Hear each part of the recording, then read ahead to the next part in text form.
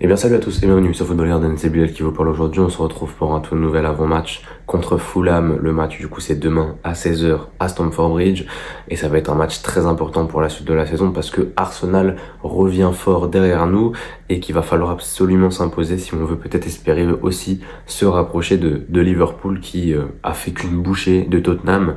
C'était du coup après mon débrief, j'en avais parlé, je me suis dit peut-être que si Tottenham faisait quelque chose, non, voilà, ils ont rien fait du tout. Ils se sont fait manger, voilà, ils ont perdu 6-3. Mais bon, 6-3, les 6 buts, ils auraient pu en mettre encore plus.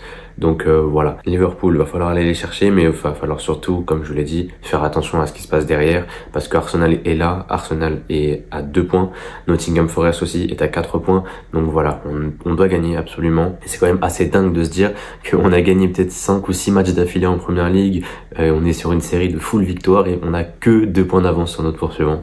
Donc voilà, ça en dit long aussi sur le retard qu'on avait avant ces matchs-là. Mais voilà, en tout cas, on doit consolider cette deuxième place pour le moment, c'est l'objectif et pour ça, il va falloir gagner contre Fulham, qui est un adversaire qui nous réussit plutôt bien. Je vous affiche les dernières confrontations et honnêtement, depuis 2010, à part un match du coup pendant la saison noire 2022-2023 où on avait perdu 2-1, Chelsea c'est 0 défaite contre Fulham et encore mieux à domicile, c'est 10 matchs joués par Chelsea contre Fulham et les 10 matchs 0 défaite, 6 victoires, 4 matchs nuls. Donc on est sur une équipe qui nous réussit plutôt bien et de manière générale on a perdu qu'une seule fois dans l'histoire à domicile et c'était dans les années 80. Donc voilà, on est quand même sur une équipe qui nous réussit. Au niveau du classement de Fulham, ils sont 9e, voilà, ils sont dans la course honnêtement, voilà, parce que c'est tellement stack que honnêtement oui ils sont dans la course. Par exemple pour être tout à fait exact, je crois que le 5e est à 28 points, si je dis pas de bêtises, c'est peut-être Bournemouth qui je crois est à 28 points, et Fulham est 9e, donc ils ont 4 places de retard sur eux, et ils ont que 25, c'est-à-dire qu'ils ont que 3 points de retard. 3 points de retard sur Bournemouth, qui est 5e. Donc vous voyez à quel point c'est stacké, donc voilà, j'attends de voir. J'attends de voir ce que ça va donner pour Fulham, mais sur leurs 5 derniers matchs, ils sont quand même plutôt bien sortis, ils n'ont pas encore perdu.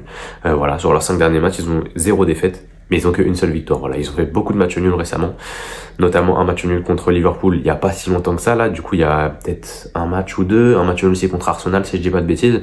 Donc voilà, ils ont réussi à tenir en échec des gros, comme Everton la semaine dernière. Mais bon, là on est sur une équipe beaucoup plus joueuse. On est sur une équipe qui a, je crois, 50% de possession en moyenne. Donc voilà, on n'est pas sur un type Everton.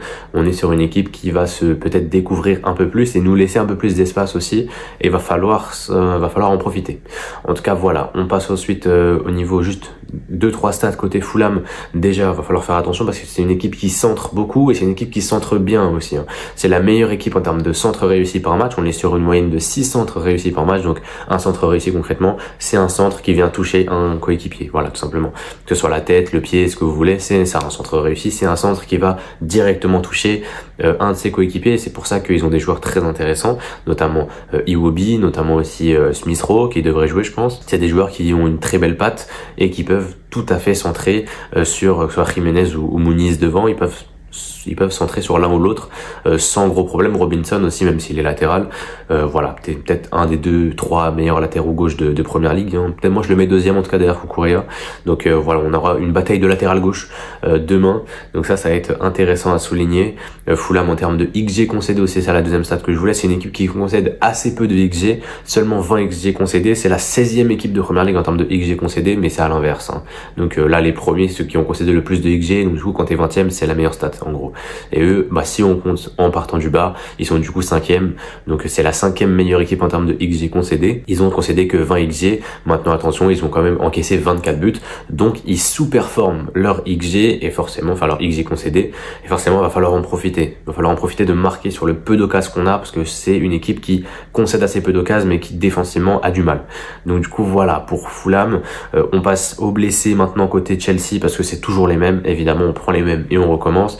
Pour James, je suis pas sûr. J'ai mis un James point d'interrogation sur ma fiche. Je suis pas sûr. Maintenant, Lavia, Badiashile, Fofana, c'est sûr, c'est out pour ce match-là. Lavia, ça a été confirmé par Maresca en conférence de presse hier. Il sera out contre Fulham. On espère le voir du coup contre c'est qui le prochain match? Il y a un match avant Ipswich ou pas? Je sais plus s'il y a un match avant Ipswich. Mais dans tous les cas, va falloir mettre les bouchées doubles, hein, pour Lavia pour revenir le plus vite possible. Et parce que on a quand même besoin de lui, notamment en doublure, etc. Parce que voilà, avec tout le respect, ADH KSADI, bon, ça a pas trop le niveau pour moi d'être en équipe 1. Donc voilà, on a besoin de Lavia pour pouvoir faire tourner un petit peu. Et voilà, c'était les 4 blessés. On rajoute Modric évidemment qui est suspendu par la FAI. En tout cas voilà. Là on est bon, on va passer directement à la composition d'équipe que j'aimerais bien voir et que j'aimerais bien mettre en place. On commence dans les buts avec Robert Sanchez évidemment, on peut pas ne pas le mettre, simplement parce que voilà, le match qu'il a fait déjà contre Everton, c'est un match de grande qualité, un match où il a été élu man of the match par mes soins, donc forcément je le remets titulaire, il est capable du meilleur comme du pire, donc voilà, pour le moment c'est le meilleur, donc on en profite. Côté gauche, Cucurella qui revient de suspension enfin, avec Colwill sur son côté, Tosin central droit parce qu'il a fait un super match contre Everton et qu'il faut le féliciter. Et voilà, il passe pour moi devant Disasi. Et Gusto à droite, on espère qu'il sera mieux utilisé que contre Everton, mais voilà, je pense qu'il sera titulaire. Enzo Caicedo, ça bouge pas dans le double pivot. Et là devant, j'ai fait une petite surprise. Palmer Neto, pas de surprise évidemment, mais la petite surprise elle est à gauche avec Joao Félix que je mets à la place de Sancho. Alors pourquoi? Sancho c'est mon starboy, vous connaissez, c'est mon chouchou.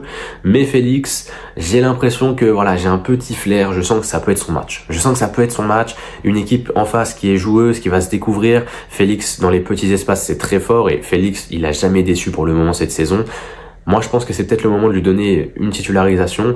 Voilà, il a joué contre Leicester, il a joué contre Southampton en tant que titulaire, il a fait le boulot. Là je pense qu'il y a peut-être moyen de le tenter. En plus de ça, ça avait été dit aussi en conférence de presse par Maresca, peut-être que faudrait tenter un duo Cole Palmer, Joao Félix, il l'a redit là il y a quelques jours en conférence. Donc moi je pars sur ça, je pars sur Félix, Palmer, Neto à droite forcément, que je mets devant Sancho quand même côté droit, parce que son niveau de performance récemment est assez intéressant, il a surtout un très gros match contre Everton il y a quelques jours, et devant on laisse Nicolas Jackson pour le moment, même si Nkunku tacle fort à la porte, Jackson reste quand même sur une très bonne première partie de saison. Et voilà, ça fait plaisir. En tout cas, voilà le 11 qui s'affiche sur votre écran en même temps que je parle. Donc dites-moi ce que vous en pensez. Le petit Félix côté gauche, dis-moi ce que vous en pensez aussi. Voilà, je pense que la petite doublure Cucurella Félix, ça peut faire des choses intéressantes. En tout cas, voilà, dites-moi ce que vous en pensez. Et on part sur maintenant le prono. Et bon, contre Everton, j'avais dit victoire de Chelsea, on n'a pas gagné, mais j'avais quand même dit match fermé, on gagne sur un penalty parce qu'on trouve pas la faille.